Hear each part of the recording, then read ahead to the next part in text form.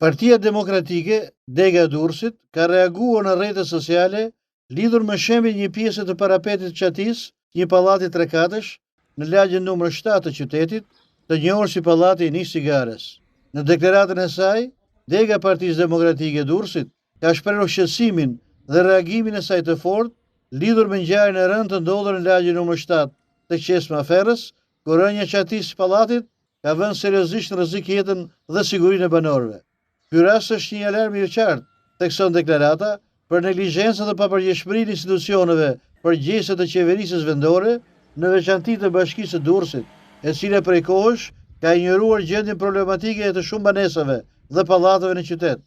Mungesa e kontrolleve, e ndërhyrje parandaluese dhe investimeve për sigurinë e qytetarëve po kthehet çdo ditë një kërcënim real për jetën e njerëzve.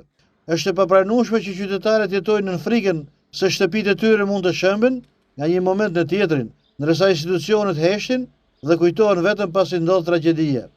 Dega e Partisë Demokratike Durrës i kërkon bashkisë dhe të gjithë institucioneve përgjegjëse verifikim të menjëhershëm të gjendjes së pallateve problematike në zonë, marrjen urgjente të masave për garantimin e sigurisë së banorëve, transparencë dhe përgjegjësi për këtë rast, ndëshkimin e çdo përgjegjësi që ka neglizhuar detyrën. Jeta e qytetarëve, thekson deklarata, nuk mund të lihet në mëshirën e neglizhencës dhe propagandës. Siguria e tyre duhet të jetë prioritet absolut.